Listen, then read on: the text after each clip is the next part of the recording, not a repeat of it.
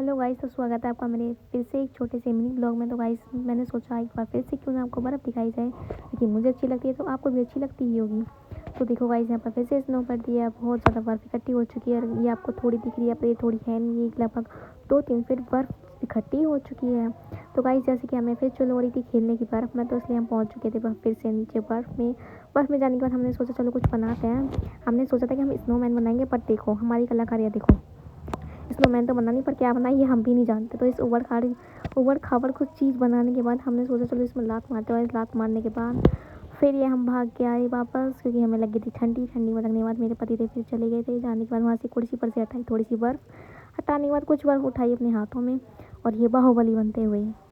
तो बात ये मेरी भाई, तो गाइस मैं पहुंच चुकी थी फिर से बर्फ़ में जाने के बाद ये देखो एक लड़की कौन है। तो गाइस ये थी वहीं पे रहती थी, तो जब भी बर्फ़ होती है ये लड़की उसको एंजॉय करती है। तो सोचा मैं भी आज क्यों ना इसकी तरह बच्ची बन जाती हूँ। तो मैं भी इसकी तरह लेट गई थी। लेटने के बाद ये देखो मैं कैसे कर रही थी, और साथ में ये बच्ची भी लेट गई थी। तो हम दोनों ने बहुत किया एंजॉय करने के बाद इन्हें हुई चुल चुल होने के बाद इन्होंने क्या किया, उस बच्ची की डॉल को लिया और फिर इस बर्फ़ में खड़ा कर दिया। जिसे उसे लग रही थी ठंड, उसका बदला लेने के लिए मैंने अपने ग्लव्स उतार के फेंका।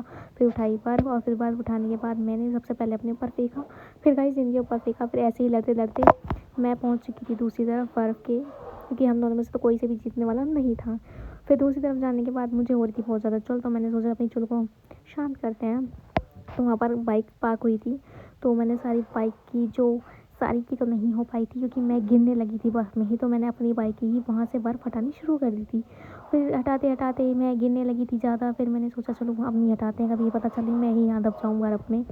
फिर उसके बाद आगे थी वहाँ पे एक लड़की। तो गाइस ये लड़की कौन है मैं भी नहीं जानती, लेकिन वहाँ पर मैंने इसको जाना। तो गाइस जैसे हम वहाँ पर घूमने गए थे, वैसे ही ये लड़की भी वहाँ पर घूमने के लिए आई थी। और ये कहाँ से आई है पता है आपको, ये आई है केरला से। तो ये मुझसे आकर बातें करने लगी। अब आप सोच रहे होगे कि मुझे इसकी भाषा कैसे समझ में आ रही होगी। तो ना मैं इसकी भाषा समझ पा रही थी ना ये मेरी, तो इसलिए वो मुझसे इंग्लिश में बातें कर रही थी।